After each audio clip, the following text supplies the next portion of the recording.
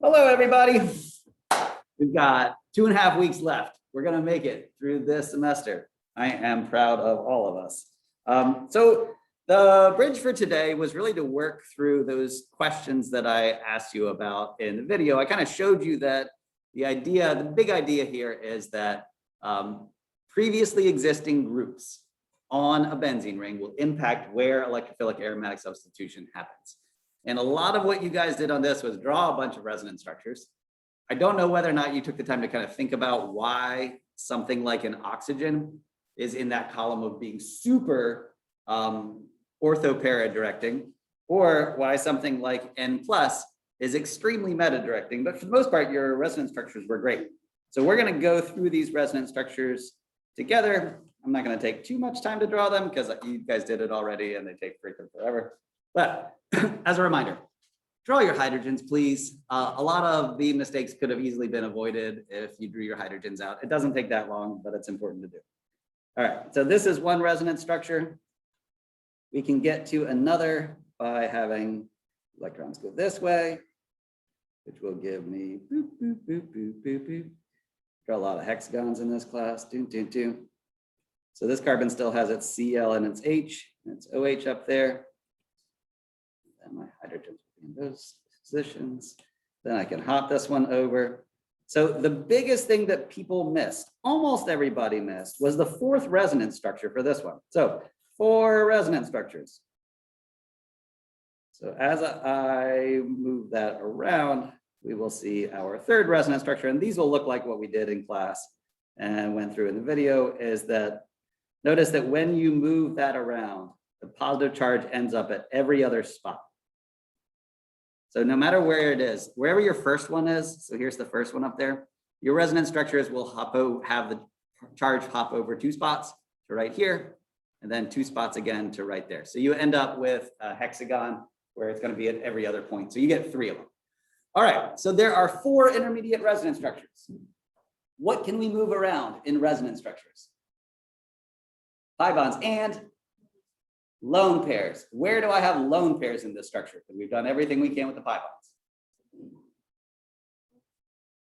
Yes, on the oxygen. So your 4th resonance structure comes from looking at this one. So here is a plus charge. The deal with resonance structures is we want to try to placate that plus charge or make it neutral. So we can do that by hopping this double bond over here, which will give that carbon 4 bonds. How else could we give this carbon 4 bonds? What you're thinking about right now is the reason why that first column is orthopara directing. How else can we give this carbon 4 bonds? Do what now? Double bond what? Double bond the oxygen, yes. So the other thing we could do instead of just, or in addition to hopping this double bond over, is we can take a lone pair and make a double bond right there. So this is the 4th resonance structure that happens in only very specific circumstances.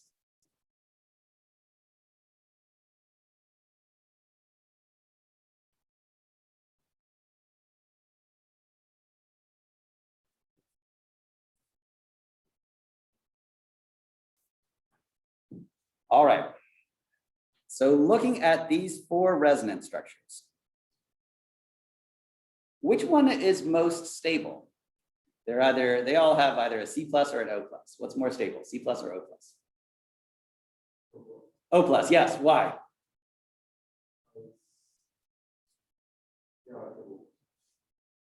Okay, no and no. So I think what you mean to say when you say because periodic table is because of a specific trend in the periodic table, which would be electronegativity, which goes from left to right. However, oxygen is more electronegative. So if it's sheerly electronegativity, carbon should be more stable because it's less electronegative and a positive charge is not enough electrons. So you're right that O plus is more stable, but has nothing to do with electronegativity.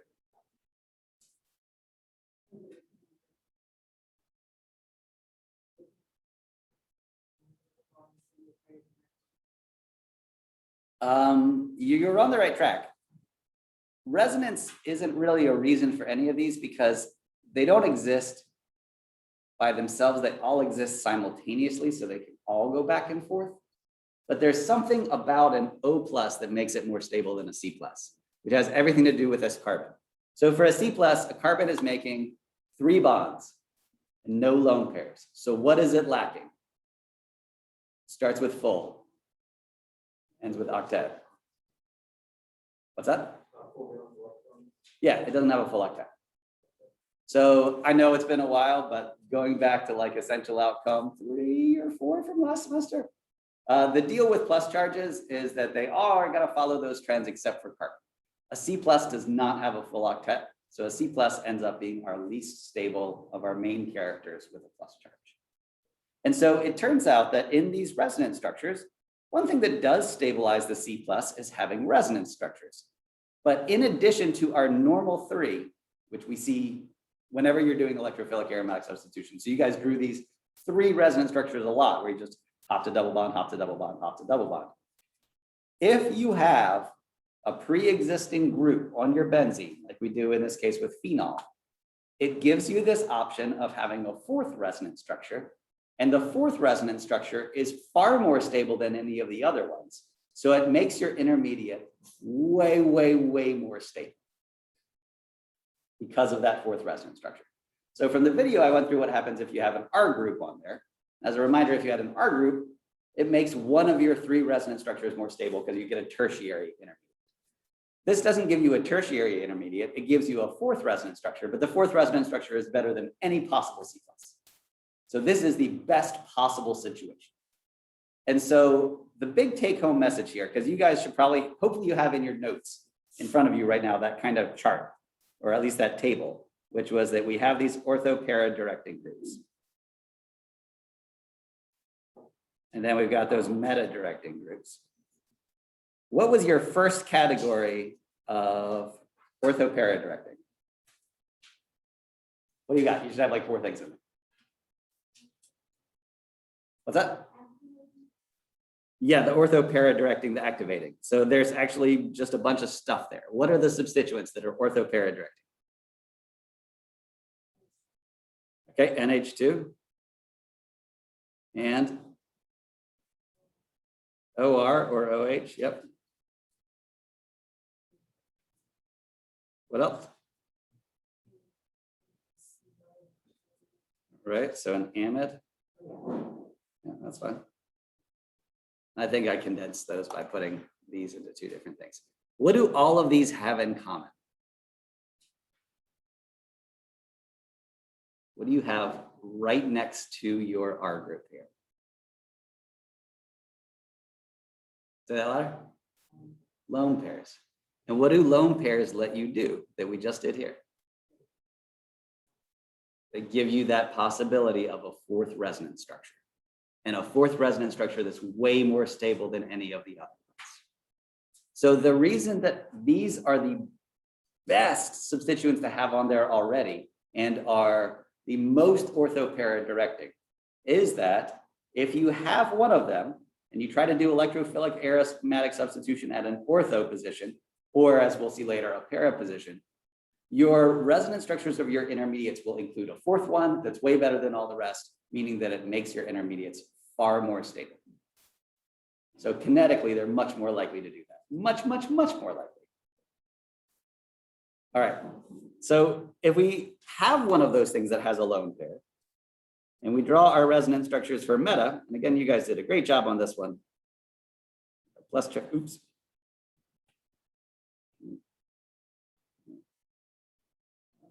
Draw all of my H's. We try to do it meta. What we see is that when we hop that double bond over, do it twice, we'll get our normal resonance structures that we always see. Just gonna have the 3 of them though. If you did these correctly in the bridge, you don't need to write them down again. But someone tell me why we don't have a 4th resonance structure now.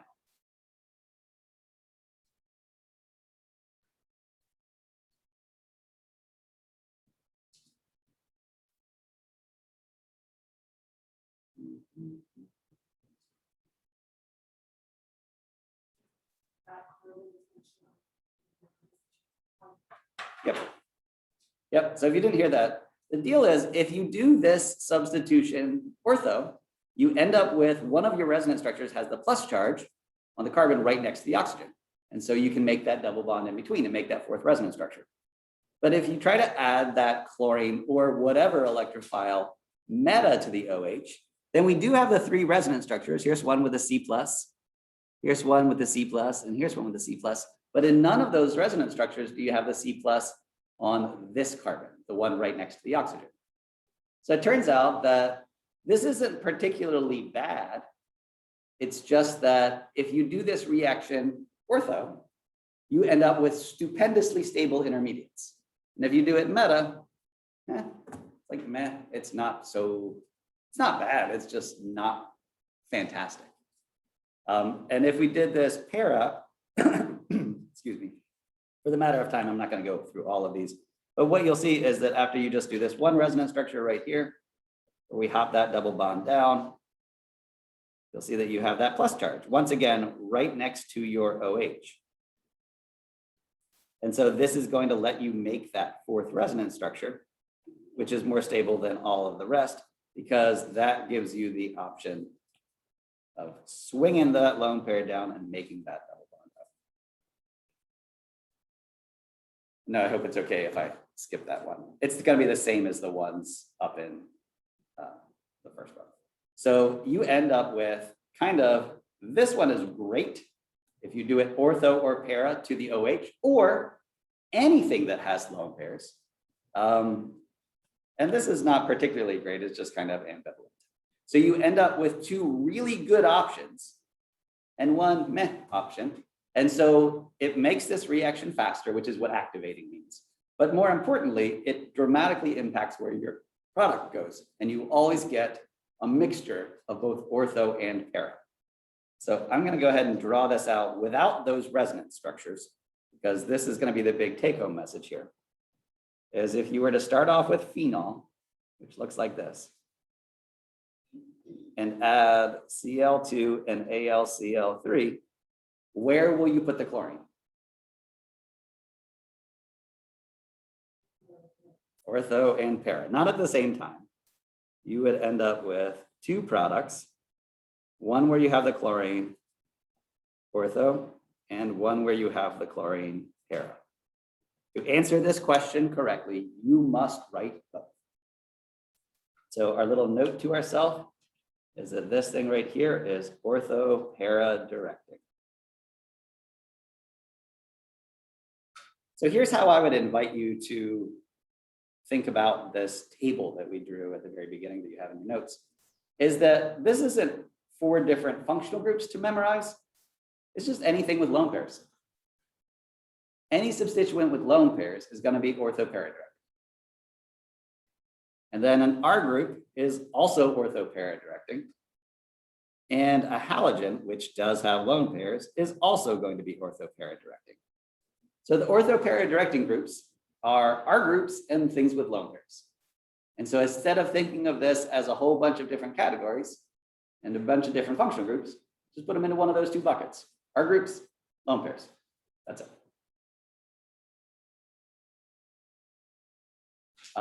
And all for the logic of everything with lone pairs, it's going to let you make a 4th resonance structure.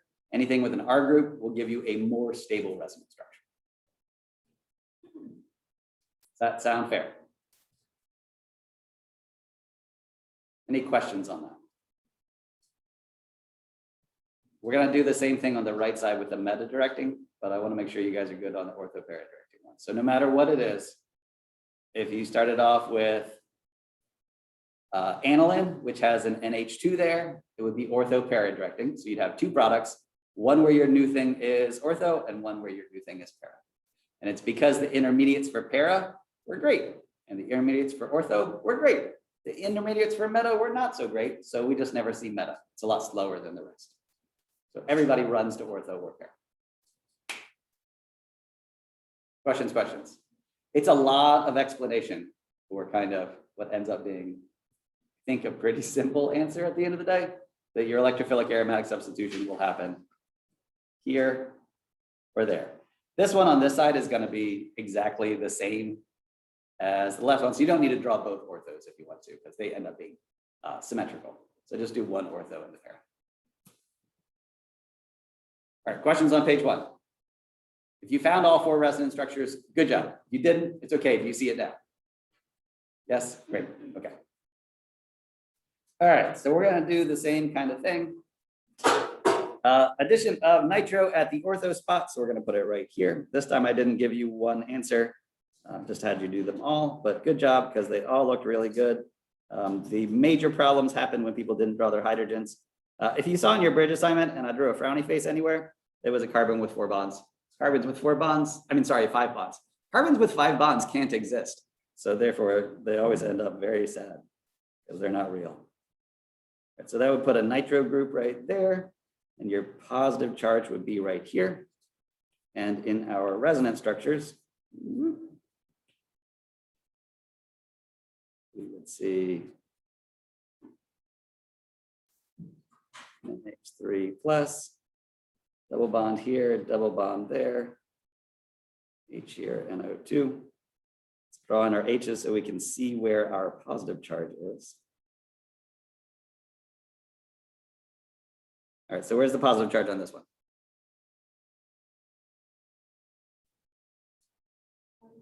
Bottom left. Perfect.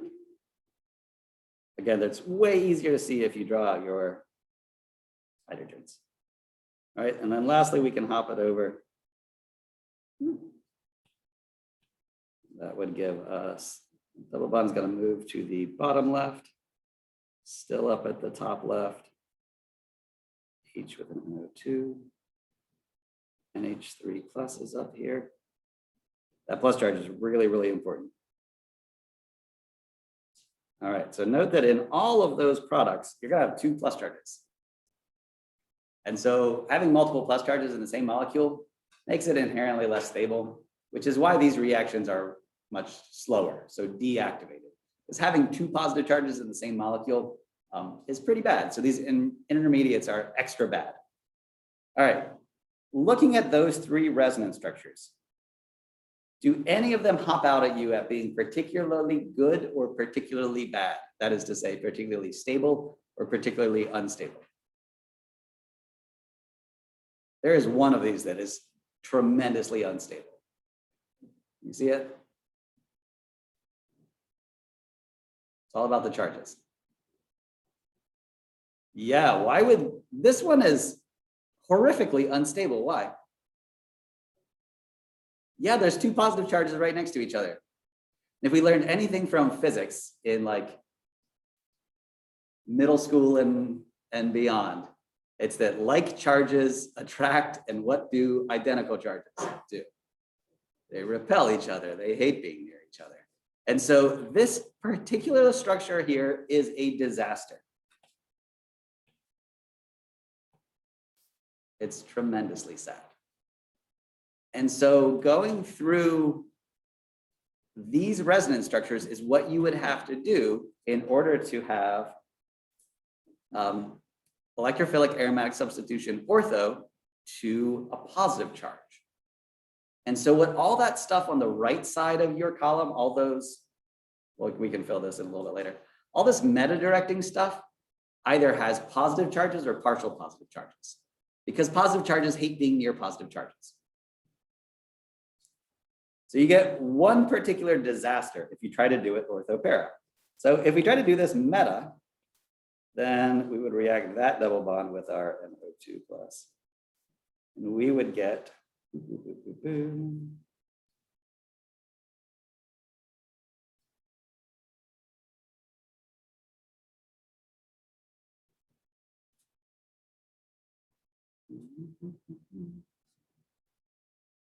positive charge down there at the bottom, which is pretty far away from your other positive charge. It's not great, but it's not a horrendous disaster.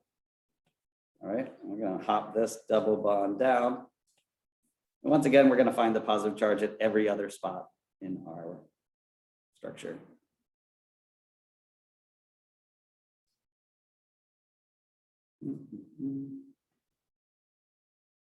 Don't forget to draw the plus charge on your NH3 every time so that you can compare where it is. Well, here they're relatively close, but again, notice that they're not right next to each other. And our third and final resonance structure is going to skip that spot so that we end up missing that terrible spot. So we end up with the plus charge over here to the right.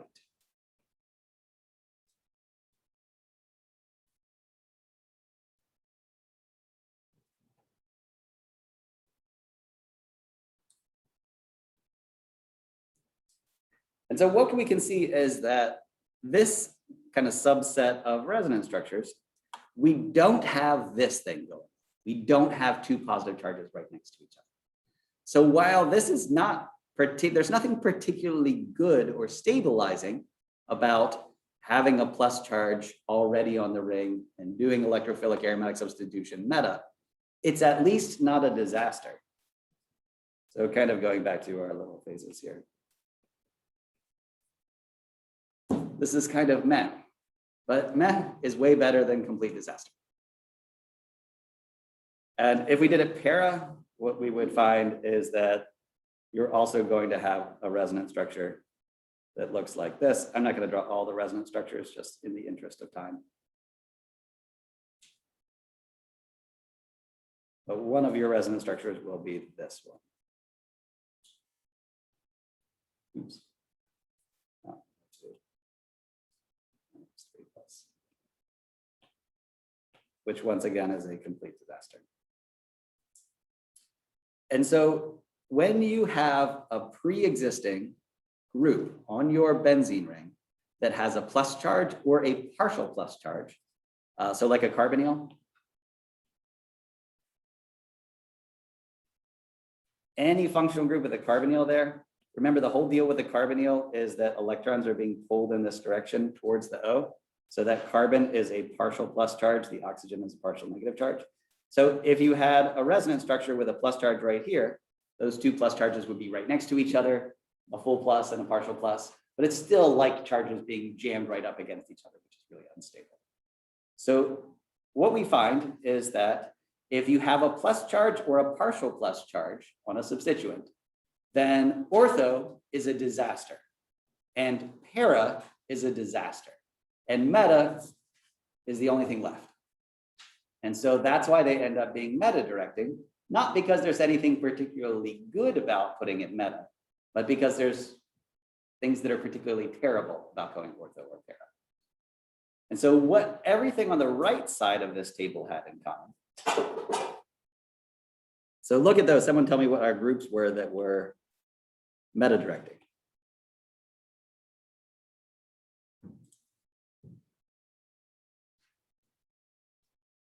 Should all have it written down in your notes. This table is going to be the most important thing for you to refer back to. Okay, so NO2. NO2 should be all the way to the right.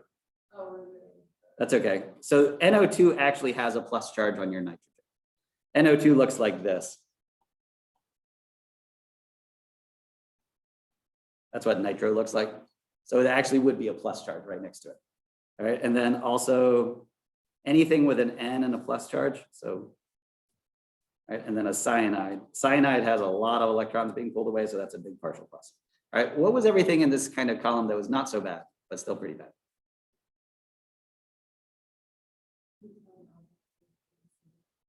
Yep.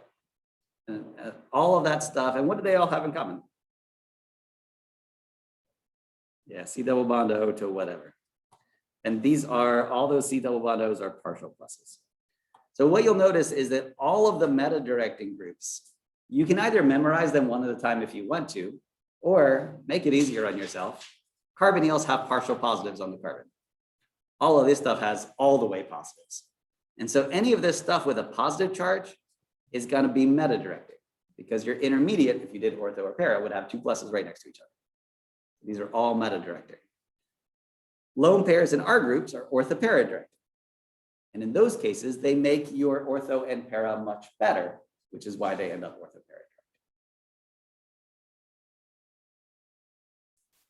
So to kind of cut through all of this and just how a question would end up on a quiz, good news, you don't need to draw a whole bunch of resonance structures. In fact, you don't need to draw any.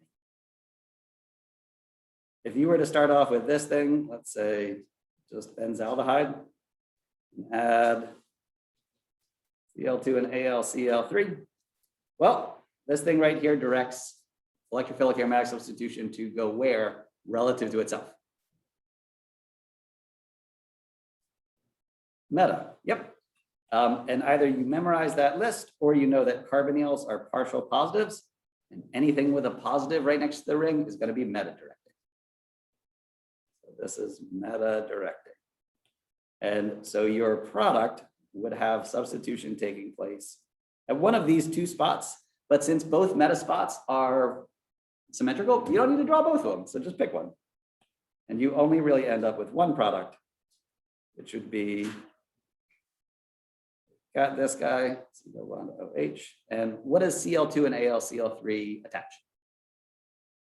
Chlorine. So, oops. That's it. That's the problem. You can do this without drawing any of those resonance structures, but the resonance structures supply the entire rationale of why those things are orthopara-directing. That's a lot of benzenes and a whole lot of H's and plus terms. I know, let's all give ourselves a hand. Yeah.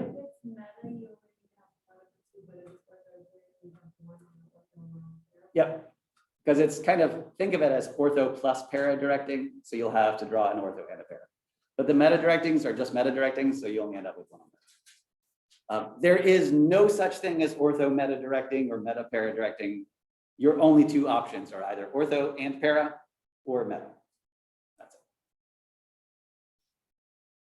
Sound good? All right. We are just going to practice a bunch of problems today. I'm glad you guys are all here. So I can ask you all questions.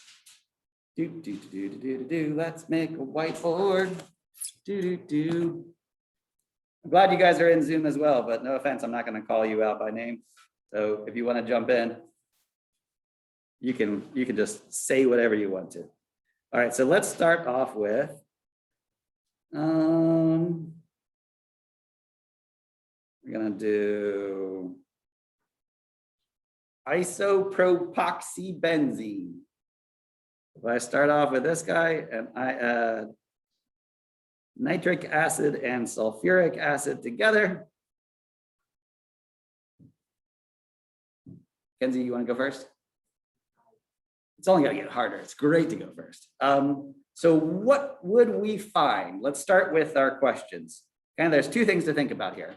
First off, this nitric acid and sulfuric acid is going to put what onto your benzene ring? Perfect. It's going to put an NO2 on your benzene ring. So all of that combines to make an NO2 plus, which is a good electrophile. And you're going to get NO2 on your benzene ring. Fantastic. All right. Second question.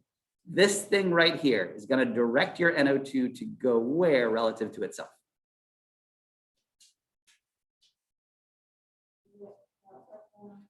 Yes. How do you know? Yes. So I will not draw the lone pairs for you, but you guys should all recognize when something has lone pairs. It's really important in this case. Draw them out. So yes, this chunk right here is going to be ortho-para directing. And so in your product, you will have that nitro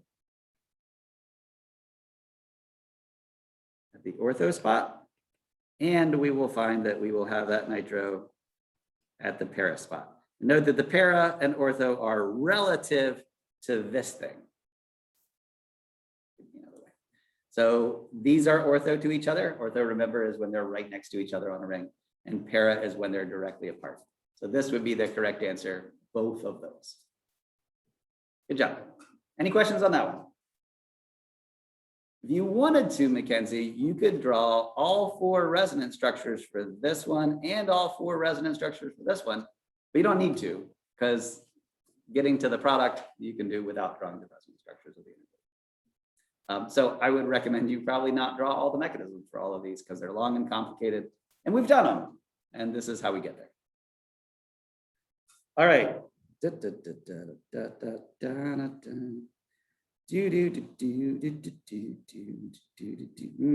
like that one. We did that already.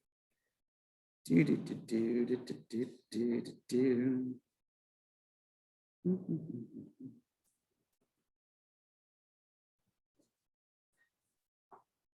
All right, Ellie, how are you doing today? Are you ready to tell me what's going to happen here? Great. So when I add fuming sulfuric acid, what is that going to put onto my ring?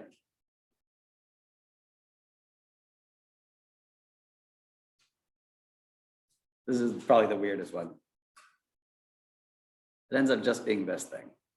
And then you get an H at the end. So your SO3, sulfur trioxide, that's your electrophile. So it doesn't make an electrophile, it just is the electrophile. All right, and so the other thing is we've got this chunk right here, cyanide. Correct, so it's meta-directing because nitrogen. I'm gonna give you a big hint. You all in your lab that's due on Friday, start with this molecule right here. As a big hint to the mechanism, which is going to help you towards the product. That carbon is losing a lot of electrons to nitrogen. So that carbon, much like a carbonyl, is an electrophile. Write that down somewhere. It might be really helpful. But we've seen that before when we added like LAH to a nitrile. That carbon's an electrophile. That's where we attacked. But it's an electrophile no matter what. All right. So this is going to put on an SO3. And the whole idea here is that the carbon's partially charged. So you're absolutely right. It's meta-directing. So you're going to end up with your SO3H meta to that cyanide. And it doesn't matter which spot you pick. Well, it could be this one or this one, but they're both symmetrical. So that's your product. How are you feeling? All right, so if there's only one, if there's nothing on the benzene ring, which is what we did on Friday, it doesn't matter where you put the new thing. If there's one substituent, you need to know whether it's orthopara or meta-directing. And what kind of thing is orthopara directing? Lone pairs or R groups, right? All right, and what kind of thing is meta-directing? Yeah, partial positives or positives. All right, and for most of those partial positives, you'll have to kind of figure them out, but hopefully we've done enough looking at electrophiles that we can spot them pretty well.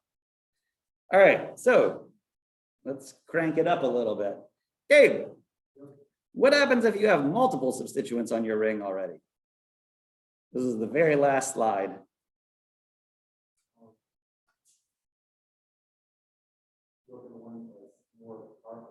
More activating, yeah. Right. So in this case, so we've got that OH is, how does that direct? Right. So it's orthopara directing. So the OH would like it to go here or here. Why not here? Right. Whenever we do electrophilic aromatic substitution, we put on an electrophile and take off a hydrogen. So while this spot right here is para, you don't have any hydrogens there. So it's impossible to do electrophilic aromatic substitution at that spot. So this guy wants to direct you to go there or there. All right, and our group directs how?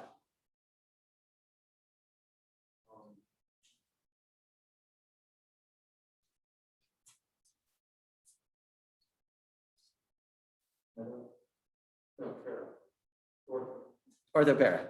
Yeah, so our two things that are orthopara, anything with lone pairs and R groups. And reminder, R group is just carbons. So this is just carbons. So an isopropyl group is an R group. It would also be orthopara directing. So here's the ortho spots. Once again, it can't go para because para doesn't have a hydrogen. It would have that OH. So these things disagree. And the one that gets the say is the one that's most activating. The one that's most activating or least deactivating. So farther on the left has the most priority. And remember, this is what we drew out today.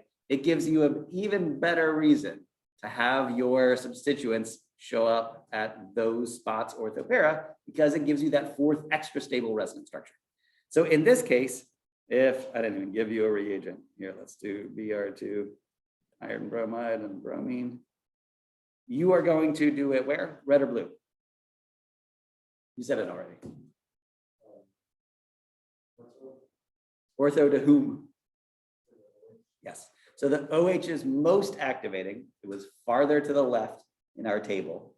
And so that one gets to decide, and it would go ortho to this spot. And it turns out that in this case, because para is not even an option, because you already have an R group at the para position, you only get one product, which is this one right here.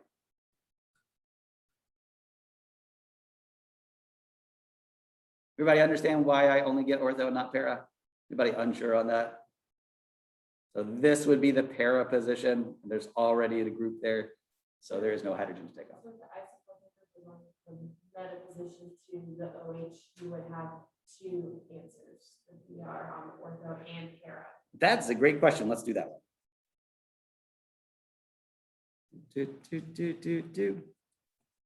So if we had an OH here and we had an isopropyl right there. All right, so this is still ortho para directing. I don't know if I switched my colors, but so it would want it to go here and here and here. And this thing is also ortho para directing. So it turns out that in this case, ortho para to this is the same places. So they would agree. And so there is no comparing or contrasting. But looking at these three spots, are any of them symmetrical with each other? No, they're all different. So how many different products would you get?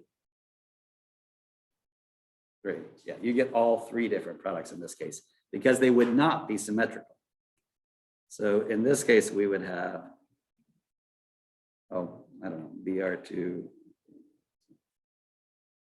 You would get this thing and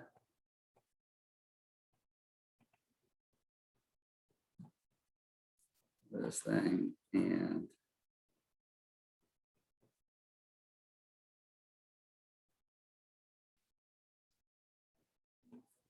I think so. We would actually get 3 different products, and none of these are identical or symmetrical. So we would have to have all 3 of them. So when you only have one group on there, the metas will be identical and the orthos will be identical. When you got 2 groups, you kind of need to work it out. There's no fixed answer. All right, that's a good one. Good questions. All right, Natalie, you ready to take some more jumps? Okay.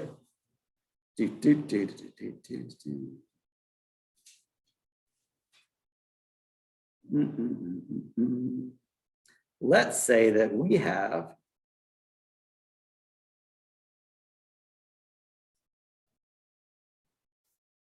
this double ring. This is a fused ring, so they're both right next to each other. And I'm going to add Cl2 and AlCl3. All right, talk us through this.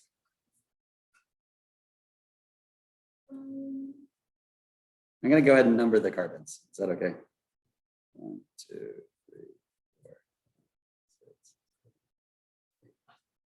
6. Just for the sake of communication.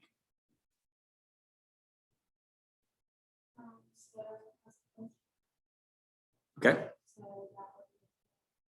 Okay, good. So this thing right here would be meta directing.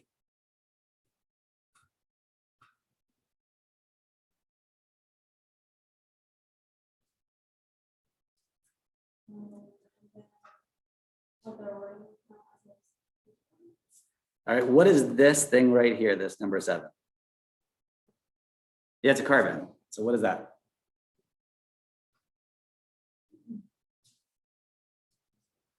Perfect. So while this looks weird because it's a fused ring, from the benzene ring's point of view, and I think you're on the right track here, you didn't say this, but the benzene ring is the only place where we're going to do substitution, electrophilic aromatic substitution, because you need an aromatic ring. So you're not going to do any of that jazz over on this ring because this is not an aromatic ring. All right, so we have from that benzene rings position, we've got two substituents. You've got an N plus and you've got an R group. And where does the R group direct? Orthopara, perfect. So which of those carbons, 1 through 6, would this R group like to have substitution occur?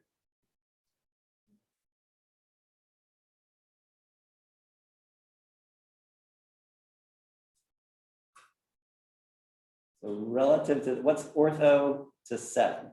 I guess what's ortho to this carbon right here? Right. 5, correct. So it would want it to go at 5, or the other ortho spot is 1, but you already got something there, so you can't do it there. All right, so what's para to this one? Correct. All right. Just as a check, where would this one like your substitution to happen?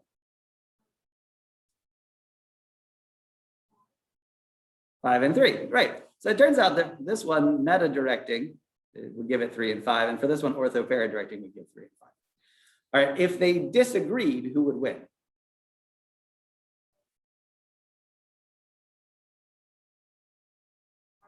Correct, the R group. The orthoparas are always more activating than the metas because that's their deal. So further to the left on that table is going to be what wins. So how many different products would we have? 2, yeah, because these would be different. Having it at 5 would mean that it's right next to all this jazz, and having it at 3 would be kind of pretty far apart from this. And I guess what we skipped, Cl2 and AlCl3, what does that put on your ring? Right. All right, so we would have 2 different products. Bum, bum, bum, bum.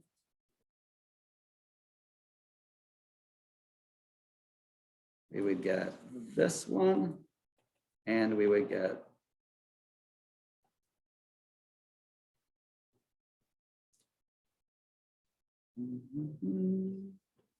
that.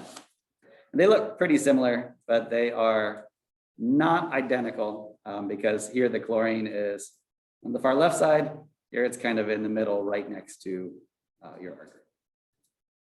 Any questions on that one? All right. So while it looks weirder, go back to the same rules. Go back to the same thing. All right. You ready? You keep going? Keep cranking it up a little bit. All right. The good news is that if I give you my hardest examples in class, then you'll be totally prepared for anything on a quiz, right? And that's what we hopefully care the most about. All right.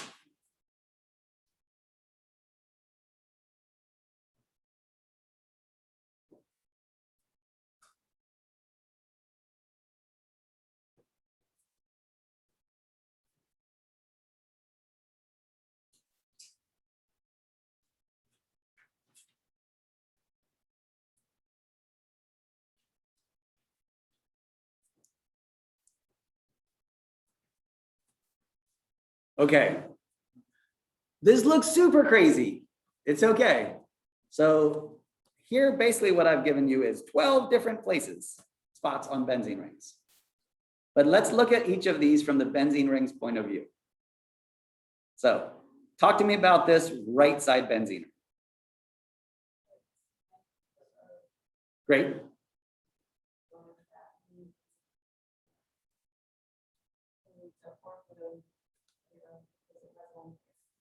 Good, perfect. So this thing is ortho-para directing.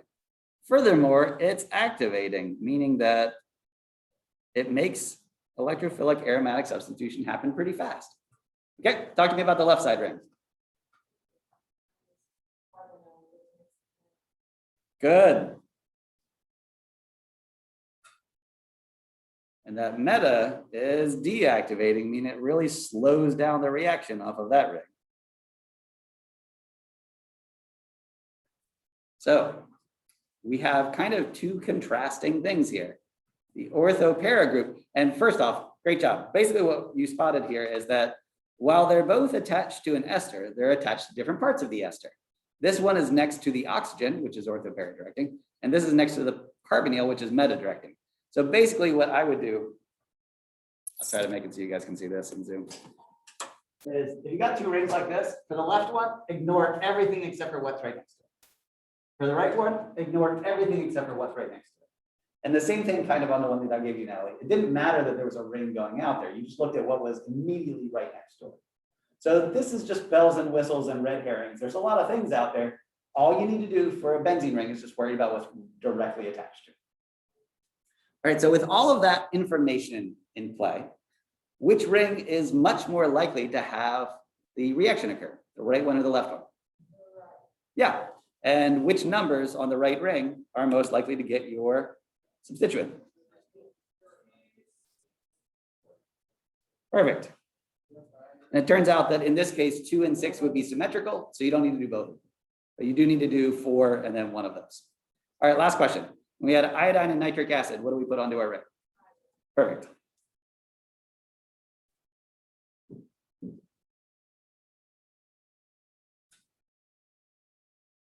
So in this case, we would really only end up with 2 products, none of which have an iodine on that leftmost ring, because the leftmost ring is deactivating for electrophilic aromatic substitution. All right, so we would end up with an iodine there.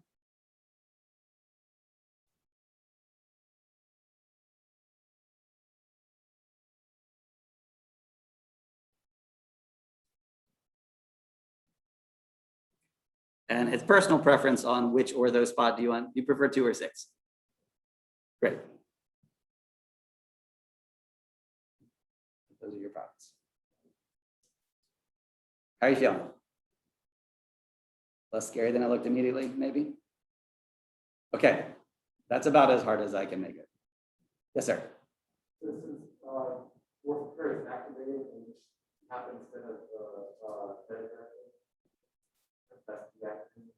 Yeah, it's actually kind of similar to this type of question, where if you have an ortho-para directing, oh, sorry, this one. You have an ortho-para directing and the meta directing, whatever's more activating is going to win. And so even though this was 2 rings, whichever one was more activating won, because this one's more activating and that one's less activating. So just you kind of need to know those 5 categories just in order. Whatever's more activating is what's going to decide where your substitution is.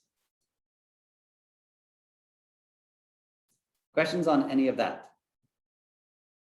All right.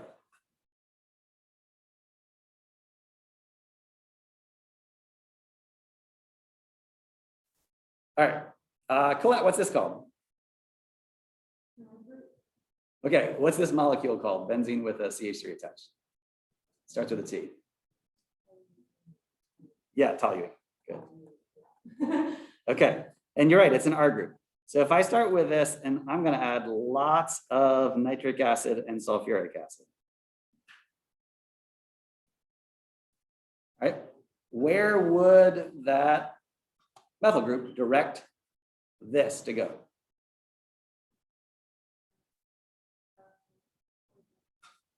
Mm-hmm.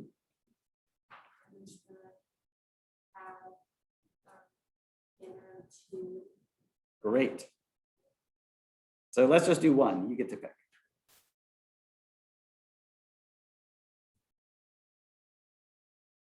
You want ortho or para? Great. Okay, but we added lots of this, so we're going to go again. Okay, all right, so now this thing up here is still ortho para directing. What about nitro?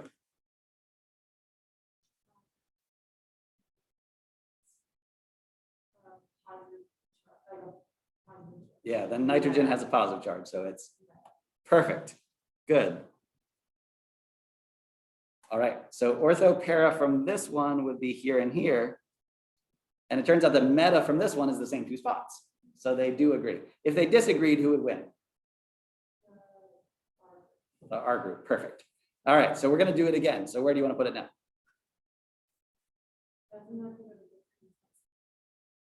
Yeah, but we should have done, we're gonna get it at all of them anyway. So here, let's just do this. We're gonna do it twice.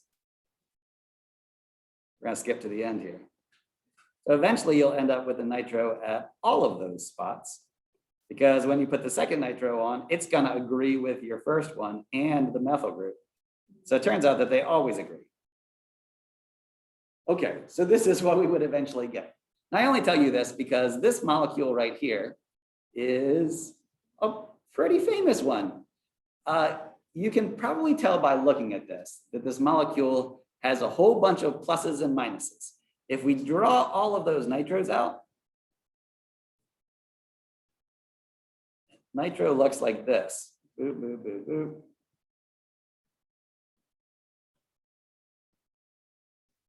So it's really crowded and there's lots and lots and lots of charges. Furthermore, this ring is kind of being pulled apart by all of these plus charges pulling electrons away from it. So this is not a very stable molecule. In fact, this is a notoriously unstable molecule. All right, what's the main chain of this? The toluene. And what are these things called as substituents? We've never named these, but it's what we've been calling them all week. Nope, it's an NO2, nitro. So what do you think this would be called? If the main chain is toluene and you have 3 nitros. Trinitrotoluene, yes.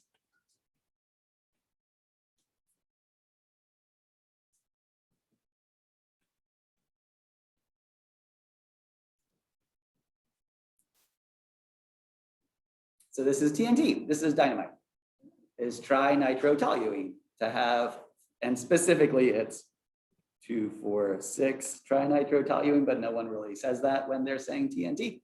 But that's what TNT is. This is what trinitrotoluene is.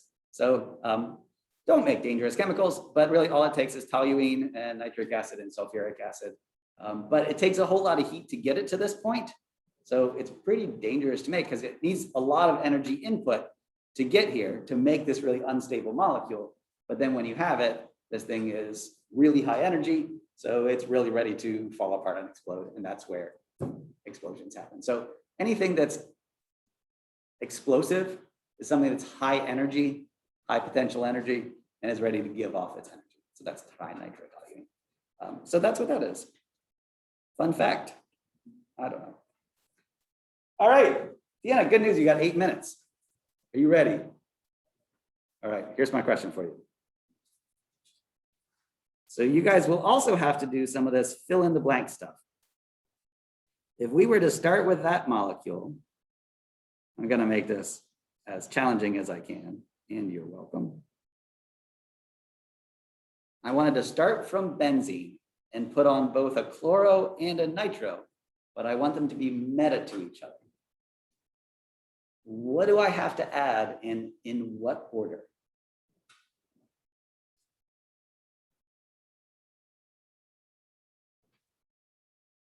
So don't look back. I know you can do this. What reagents do we add to put a chlorine under it? Perfect. All right, so one thing we need to add is Cl2AlCl3, and that's gonna add that thing. You remember what we have to add to put on a nitro? If you don't, it's okay, just say so. Anybody remember? HNO3, good, but what's the other thing? Yeah. So as a hint, all of these were 2 things at the same time, all 5 of our options here. All right, so that's what I need to add to put on a nitro, and this is what I need to add to put on a chlorine. So Deanna, what do I need to add first? We can try this by this. I mean, you only have 2 options. So take a guess. Okay, so if we put on the chlorine first,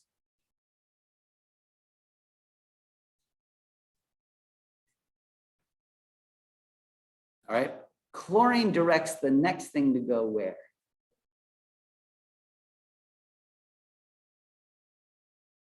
I'll give you a hint.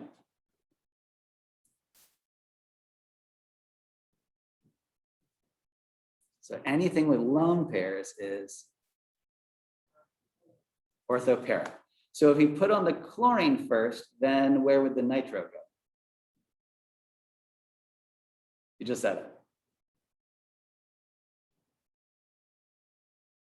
This guy right here is orthopara directing. So if we then added our nitric acid, ortho-para-directing means it would go one of those spots. And so what's on there first determines where the second thing goes. Does that make sense? I jumped this way up in degrees of difficulty and creative process of thought here, but maybe a more fair question to start with would have been, how do I do this? And the answer to that is just, well, yeah, Cl2, AlCl3. So that's really sloppy, but you know that. So in this case, I want to do two things to add on both of those, but the order matters. And what we'll find is that the order, when you've got two things, really does matter. So if I add the chlorine first, then the chlorine would direct the nitro to go ortho-para, and you'd never get any of this because those are meta to each other. So what do we need to do instead? Perfect. So if I do my HNO3, H2SO4, oh my gosh, first, then that'll put on the nitro, and I'm just going to conveniently put it where we want it, down here at the bottom left. And nitro directs the next substituent to go where relative to itself? Meta, perfect. So this thing here is meta directing, and meta would be, that's a pretty bad benzene ring, but here and here. And so then in the second step, so this would be step 1, step 2, I'd add my Cl2 and AlCl3. And my chlorine would go meta, which means it goes. So that's my step 1 and my step 2. That was hard. Does that make sense? Everybody see that? Good with that? But be ready to answer the questions of, if you start with something and add something else, it's always going to be those same 5 reagent sets that we went through on Friday. And at this point, we've used them a lot. So really what you guys need to know for this quiz is, what are those 5 reagent sets going to do to benzene? And what will they do to a substituted benzene, which is what we're doing today, because the substituent that's already there directs where your reaction occurs. And then you need to be able to answer these questions backwards. So in other words, you start with this and end up with that, what are you going to add in? But just be prepared that if I ask you to put on 2 things, the order is going to matter. Whichever one goes first will direct where the second one goes. All right, any questions? Okay, I've got 2 minutes. So I'm going to ask you a complicated puzzler that I would never ask you on a quiz. So you can not take any notes if you like.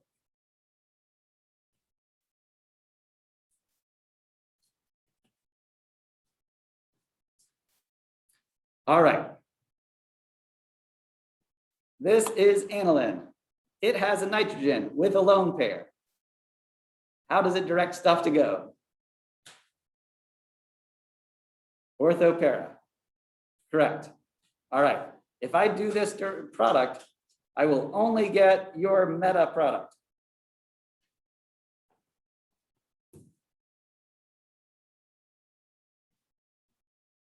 So this is super tricky, but it turns out that you have to be really careful when you start with aniline, because this is nitric acid and this is sulfuric acid. And what do those things have in common?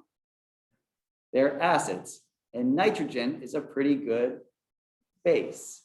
So before you do any electrophilic aromatic substitution, you'll do an acid-base reaction. So like it or not, step 1 of this reaction is that you would protonate this thing first, because that's just acid-base. And you can't stop that from happening when you add a strong acid to a base. Well, now this is an N+. And where does N+ direct things to go? Meta.